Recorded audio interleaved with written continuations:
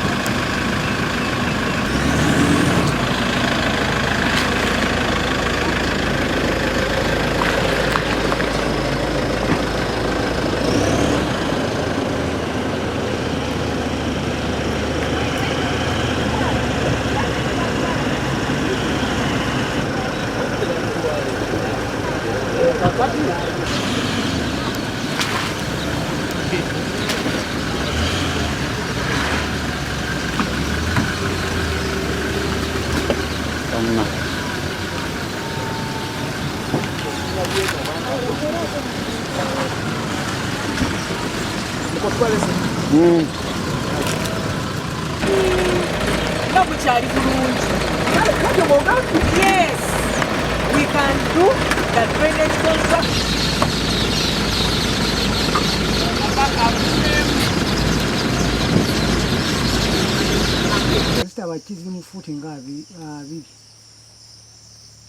Ngajjadda mu kibanja kyo. Futi abiri.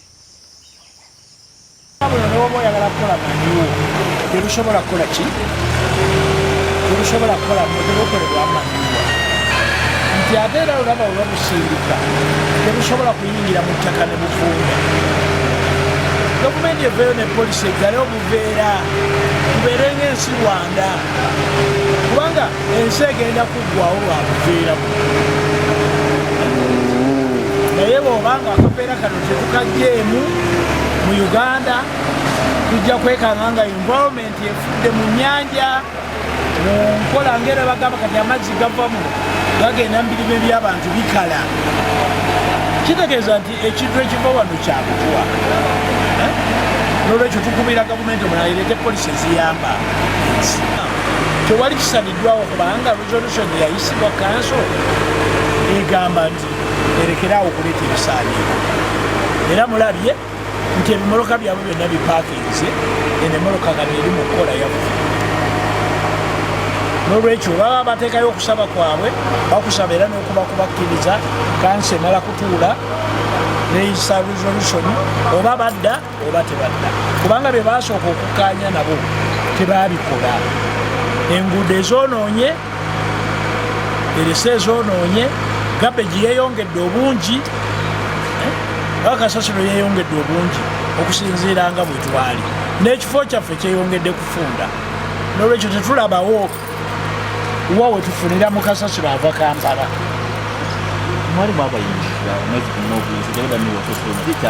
twabayimiriza era babadde bazze okwegayirira ekibaleese leero okusaba kwegayirira tugira tubayambako nga we beetereeza naye n'olwekyo ebbaluwa yaffe ekyasitandinze simufunye mukisa gifunako nga tulinga ne mu ofiisi wali naye ekyasitandinze twabayimiriza era tetusuubira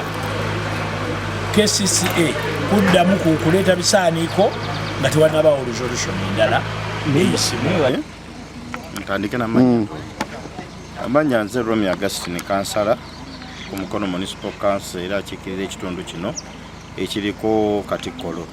Sitandi yaffe era okuvaayo twawandiisa ebbaluwa nga tugiwandiikira Kampala KCCA okusitopinga okudampinga kasasiro e Katikkolo olwa condition ze bali batatuukiriza bulungi ze twabagamba okutuukiriza. Leero omukulu minisita Kyofa togabye azze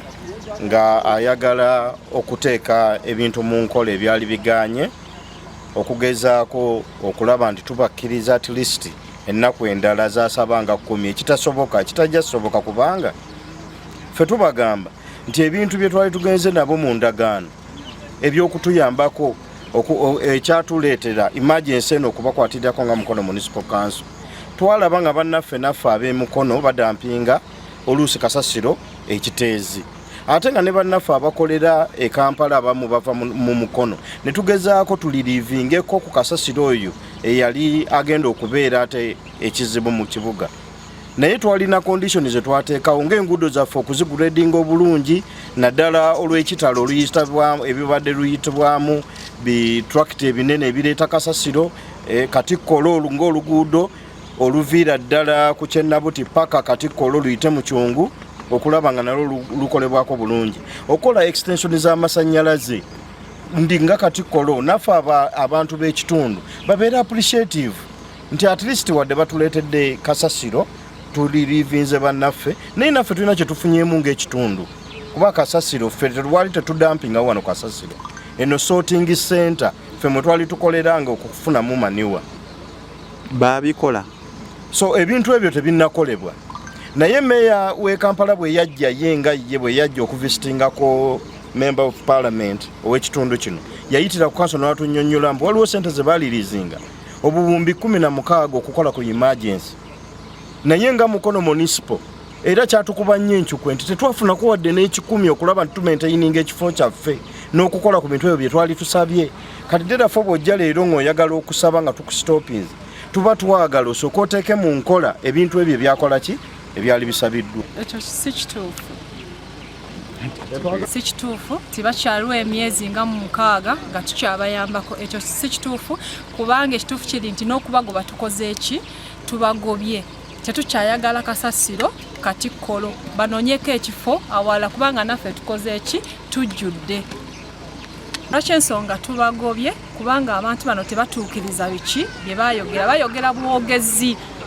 ekisookera ddala twali tubawo ennaku 3 okubayamba nga w'oyamba munno neyibawo batugamba batusuubiza ebintu bino batugamba otukolera enguudo zaffe zibeere nga ziryokke tewali kye baakoleza baagaana okukola kyo zikola batusuubiza otuwa fensi eri beta eyo nayo tebagiteekako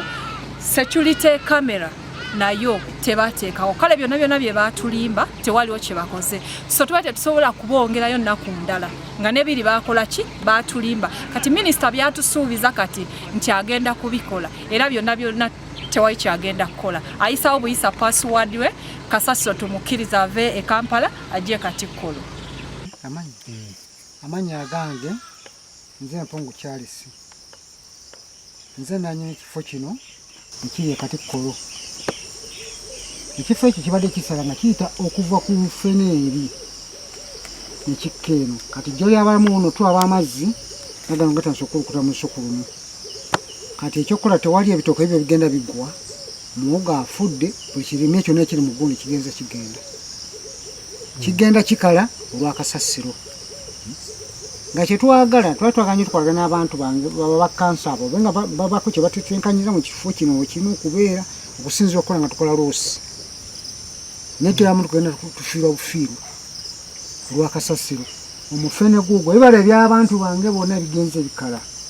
ku lw'ensonga kasasiro ag'amazzi agavaamu ne galeesa obuzibu buno bwonna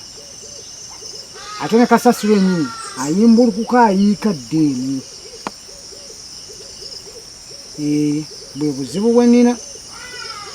wali emanga wonna kiyanja kiikiri kati wano nolaba bitooke byonna biri wano byonna bigenze bikala so okutebereza the responsibility is no longer in the hands of Kampala. I mean in the political leadership, because the political leadership has virtually failed on this and they don't have any hope and willingness to finish up with this. So it is now a responsibility in our ministry and the KCCA, because it is money which we got. So we are giving money, we no longer need his rhetorics. That's what we came to say, no, you guys, and also to apologize for the past mistakes and for the past utterances. The road mayor came and caused the mayhem in this place. Actually, all this is as a result of the road mayor's mayhem he caused here. So we came to assure the people that please deal with us. This is a metropolitan where the road mayor has no powers and because it's beyond his areas of jurisdiction. So I just came to assure members and to team that we are here to work together. So nezisigadde ziri mikono gyange awamu ne technical team yange kuba ebisinga bikulu byali bya sente balina ebintu bye beetaaga bye basaba tukole era ndowooza ekindeese wano kwe bagamba nti ebintu byammwe mwali musabye bino wadde biyinza okuba tebiringa mu byaliyagala naye at least tuleeseeko kuba nalabako bigundi yaabwe yali ya biliyoni ndowooza nga 2 naye mbanyonyodde ate zezo sente nange gavumenti zeyampa kuba twali tusabye 16 biliyoni naye bampaddeyo ezo kati so ze bampaddeyo zetulina okutematema tulabe wabula waliwo wemmanyi we twadde tulina okukola ndooza tuyinza obutakolayo olw'embeera eriyo kakati tuyinza okwongera sente ezo ne zijja wano kuba ate waliwo ekyenda byekipya nawe weetaaga gaziwako ate abantu bamala babala so tuyinza osalawo netwongerako ettaka netuyamba municipality nefuna ettaka maye abantu balina okitegeera ekintu kimu nti olwaliro ssaawa eno wadde twogera bimu oyinza okweyagala okuba olaba nti lugudde ku gwani ku munange oba ku mujja wange naye naawe lukola ki naawe lujja kati ekizibu ekiri wano nti ekifo nga bwe mukiraba kyetaaga wanu kyetaaga okukolako okusobola okumanejinga obulungi naye ekifo kikyali kigazi nnyo kikyasobola okutwala kasasiro ayenkanira ddala ttani ezisukka n'emitwalo 5 oba kakabiri singa bakimanejinga bulungi ate kati obuzibu obuliwo ssaawa eno si bwa kugamba nti twagala kubeera wano lubeerera kivula mbagambye nti mugira mutwongerayo ennaku 5 zitukira nga 10 naffe tunaba tufunye abantu betukola ki betugenda ate n'ekyokubiri twongere ekifo kino kitegeka kiyambeko ebiseera eby'omu maaso eby'ekibuga kino ate nga bwe tutera enteekateeka okulaba nti tutandika okukozesa kasasiro ono mu tekinologiya empya kwakati ne bamulaba ono yonna kasasiro si mulungi ate kati waliwo ssente ate waliwo n'obulwadde kati byonna tubyetaaga wakati wano nomulaba awadde bitukola tiwali treatment plant etwala kazambi so kitegeeza twetaaga okujja oba batugoba bati bannatugoba bino tubyetaaga tubayambe tutekewo plant eyo tutekewo ekinyi ebyo bategekera obalongosereza ono kazambi akulukuta kuba buno buto kati okulukuta nekugenda mukimumbe naye ate kati eteekateeka eri nti babugira bulungi ne babulongoosa amazzi ago ne bagakenenula bulungi ne gasobola okuteebwa nga maki malungi naye ekyokubiri ekibuga saawa eno kijjudde n'abaasooka bannaffe twekyangirako bonna ate babadde bajja wano naye nga bakozesa mugongo gwa KCCA kakati olwaliro okuva KCCA sitopiza okujja ennaku 2 nabo tebalina gyebakolaki gyebatwala kasasi so bino bimala nga byonna bisasa naye nga sente ebintu byebaali baagala geeti tugenda gitongoosa enguudo n'enkyamba w'amafuta batandika okukula ku nguudo waliwo ebirala babadde beetaaga byonna byakola wano byo tugenda bibawa naye feeza ennaku zetwagala bagira batuyambako ate n'okwongera okwogeraganya ne kanso gitegeera bwebanga erina ekiginyiiza nakyo mbiraba era batuufu mu ngeri emu oba endala naye tusobola okwogeraganya babadde basajja balungi batuleze naye tukyabasaba bayongere okutuleramuko ennaku eby'ettaka byo bijja kujja ne mu kooti egyansuubira bagenda kwongera ssente oba n'omwezi ogujja bagenda kwongera ssente kuba abantu abasingadde balina lipooti eva leero kati lipooti eva weera ekulaga nti mbeera ki ssente zo bajja zitwongera naye ate ogambye nti mu nnaku 5 zibewawali zino ennaku zakuyongera nga tuleeta kasasiro kuba naffe eri tuli mu kugula ttaka naye nga bw'omanyi nti osobola genda ku ttaka ly'omuntu nga temumaba kumaliriza emisoso gyonna so gye gibadde gitubuyisiza naye bwe tugimaliriza ate nabo naye ekifo kino kivaamu kati tukyakyetaaga mu kumpi emyezi 6 nga tubayambako okufikisinga okutereeza kanjogera ekigambo byetwonoonye okukola kubanga batugambye mukomenga lumu naye nga lumu bibadde byakibwatukira kati tubalina okubasaba batwongereyo ennaku okwogeraganya kyova tubalaze ekizibu kyetulina netwagamba twongereyeko ennaku tugire nga tuleeta kasasiro ate tugende tukole ki nga naffe bwe twetetenkanya okulaba we tugwa kuba mbagambye tugula ettaka naye wabaddewo ebikyaganye nga tulina obisooka obikola ki obimaliriza mukafubo tukyali awo kwe kusalawo tujje kati bo babadde baŋŋamba ekifo kino kyajjudde nnyo nga ndowooza kisunga n'ekizimbe kino buwanvu naye ate ekifo tekinikale kikyasobola okutwala mbagambye ettani ezisukka ne miliyoni enamba so bakansala balaganga batakkiriza ate gulaga nti enkya bagenda tandika n'okubawa ssente emirimu bakansala balina ekizibu kyabwe ekiralalala nti waliwo enjogerezeganya yali embi ate ng'ereetebwa ddala road mayor w'ekibuga obutassa mu banne kitiibwa omanyi omukulu olina okuyiga omukulu takulira mpya bbiri kati ye yali alowooza bwabeera road mayor w'e Kampala ajja kufuga ate nawana ensonga eyo yesinza okutabula bakansala kansala bw'aba akuyambye abantu bano batuyamba nga tetubakase wabula okulaba ekizibu kyetulina ne batulirawo nagamba bajje kakati tulina okudduka mangu okujja okusaayo emessage eyo eri obuyambi of course nga bo abantu nabo bafuna pressure okuva mu balonzi baabwe nga balowooza babalyamu olukwe kuba eyo enjogera esooka baatuliddemu olukwe naye nga tebambi tebalina kyebakoze ki tewali olukwe lwe babaliddemu naye lwakuba nti empuliziganya eyo yereeta obuzibu era wano wendabulira abakulembeze bannange nkitegeera nti kasasiro ono tumufuniddemu political mileage naye temukozesa kasasiro mu political mileage buno bulamu bw'abantu betukola ki bwetuzanyiramu gwe road mayor bwoba tosobola kwogeraganya ne banyo bifulumawo osindikayo omulala kubanga tulina ebizibu nti mu nsi tuyinza okubeerawo naye nga nze simanyi kwogera nga njogera bubi bwoba tosobola kugenda kwengeginga ne banno bifulumawo abakulu bano nabagambye enzija saawa ndooza 5 nentuuka nga bonna bambi bali mu mirimu gyabwe naye mu ddakiika 4 babadde bamaze bonna okwekuŋŋaanya ekyo kikulaga ki tubadde nabo okuva saawa ezo paka kati tetulidde kyamisana ningulaba fayini obusungu bwe mbulaba netukkaanya naye gwe tosobola kubeera ng'oli road mayor olina ekizibu ewa ate nojja n'otandika okuboggolera buli wano siba mu makaago ne mu makaago okimanyi bulungi tetusobola kuboggola nze mukyalo wange sina bwe muboggolera nti mpe mbeera maani hagikuma gamba tomanyiira era kakkana niwe bwekikunyiza nuga naye mami kino no sakitegere nagamba ensonga naye tosobola kujjawo bano abakuyambye tobawadde na 10 ate nojja n'otandika okubawa amawulire amabi kubanga ekigambo statement yakolawo yali eraganga abakulu bano abaalya ssente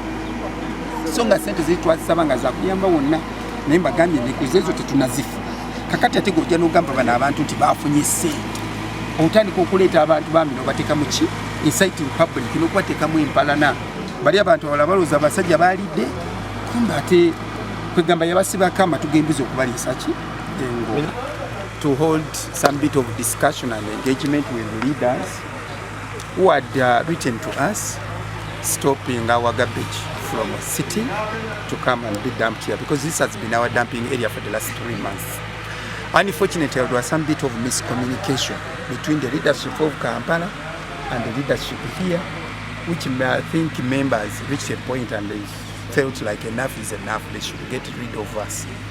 And also there were some other requirements which we had not fulfilled yet up to that day. But I came on 2 reasons. One, to inform them that yes, we've delivered what you asked for, now we are ready to move. 2, to ask them to give us more space, more time as we pond out and as we sort ourselves so that we can get an alternative dump site. But I also need to re-echo the fact that gone are the days of these open dump sites are no longer tenable world over.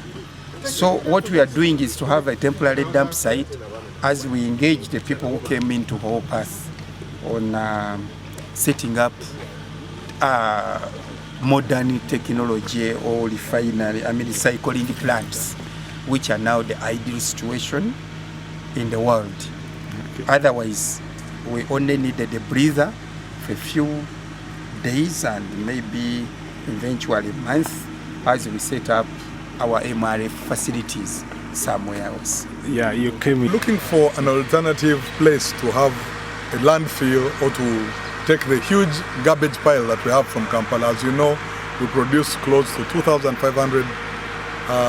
tons of garbage every day from the greater Kampala area. So we need to find a place to put that garbage. But Dundu is a bit far out of town and there's a lot of fuel considerations for fuel. We spend a lot of money on fuel. So we wanted to get a place that is not beyond 30 kilometers from the city center. The president guided us to find this land within 30 kilometers and we are about to conclude the evaluation process for that land. Only that because of due diligence and all these other procedures to do with environmental clearances and all this, we have not managed to get it up to now, but we are about to get there. So we had come to Mukono Town Council, Municipal Council to negotiate for just a little bit more time, maybe a week or 2, to deal with the garbage pile-up that is in Kampala.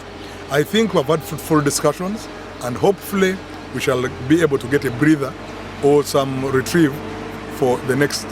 1 or 2 weeks. Dundu, the other problem with the Dundu was the case filed in court. And because there's a matter in court where people applied to ask court to stop us from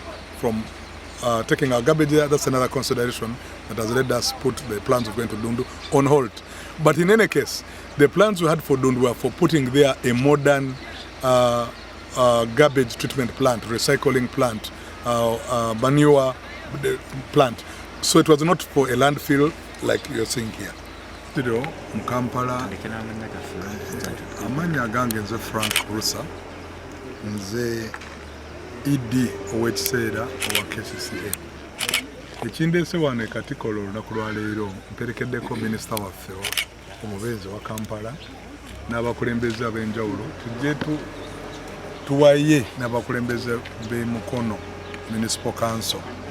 ku nsonga y'okutukkiriza okwongera okukossaako kino ekifo kyabwe at least wiiki emu babbiri mu maaso, kubanga nga bwe twali tulowoozezza nti twandibadde by now nga tufunye ettaka eryaffe bwe tuyinza okuteeka landfill yaffe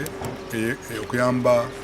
bannakampala, naye tubadde tetunaba kubimaliriza nga bw'omanyi ebyogula ettaka bibeeramu emitendera egitali gimu, due diligence kebeerako mu lands, National Forest Authority, clearance za NEMA n'ebirala bwe bityo bibadde bitulwisizaamuko, so nga tujja kwetaaga okukozesako kino ekifo wiiki endala ng'emu. So tubadde tuzze tulabe ekifo, twali tweyamye nti tulina ebintu bye twagala okukola okwongera okutereeza kino ekifo, tubayambeko bannaffe ab'Emukono abatubeereddewo okulaba nga ekifo kyabwe kino nakyo tukyongeramu ku maanyi kisobole okukola emirimu gye kirina okukola mu ngeri ennungi ng'ate tetukosezza nnyo bya butonde oba ne bamulirwana abaliwo. So twogedde bulungi, tubadde ne meeting ennungi era tusuubira nti tujja kufunamu decision ennungi. Eddundu walako bw'opima kilometers eziriwo okuva mu kibuga ogenda Eddundu olina okubala nti bwe tuba tutwala kasasiro tuloza ne ku bintu ebikwatagana ku mafuta agenkanawo ge mugenda okukozesa. Jjukira nti tuyikosa amafuta mangi nnyo okugyawo olulyo olusozi lw'ekiteezi ogezaako abantu okubajja mu bulabe, so amafuta twali tukosa mangi noli tulina amafuta tegamala bulungi, so bw'ogenda Eddundu olina okuloza ku kyamafuta. Ekyokubiri, abantu b'Eddundu batutwala mu kooti, tuli mu kooti waliwo omusango ogenda mu maaso nga bagamba nti baagala tuleete kasasiro nga bwe yali ekiteezi okumuleeta Eddundu. So ogwo omusango gukyali mu kooti, nakyo tubadde kituleeteddemu okulowooza nti maybe kansooke tulindeyo ogwo omusango guggwewo. Naye pulezidenti yali atulungamizza nti tufune ettaka ku lw'emityana oba eritali lyawala, ettaka nga ddungi nga ddene bulungi, twanoonya ika nga byonna tusobole okuteekawo landfill naye nga tugitaddeko buffer around it. Eno risiki y'abantu okuddamu okufuna obuzibu buno tugijjewo. Ate kati we twagala okufuna awaddako tetwagala kuddamu bino ebintu byakufuna kifo oteekemu kasasiro akole olusozi, no, twagala tufune ekifo tukiteekemu sanitary landfill, tuteekemu recycling plant, ekyuma nga tusobola okuseparatinga ebiveera ne organic, tuteekewo manure plant, kwegamba kasasiro no tumufunemu ebyobugagga mu kifo ky'okutubeerera ekizibu, tumufunemu ebyobugagga tufunire abaana baffe emirimu n'ebintu ebifaananyiziddewo ebyo. Ekyo kye tuliko si nnungi, naye kyolaba nga tuli wano era tujja kugezaako kyonna kye tusobola. Tugezaako wano, tulina n'ebirala bye tugezaako bye tusobola kwogera ku mpewo, naye nga ffe obuzibu bwa kasasiro buli ku bannakampala butudde ku ffe, tubuwulira, tujja kukola kyonna ekyetaagisa, tujja kukola obutaweera okulaba nti ensonga ya kasasiro eno tugigusa nga tugitereeza.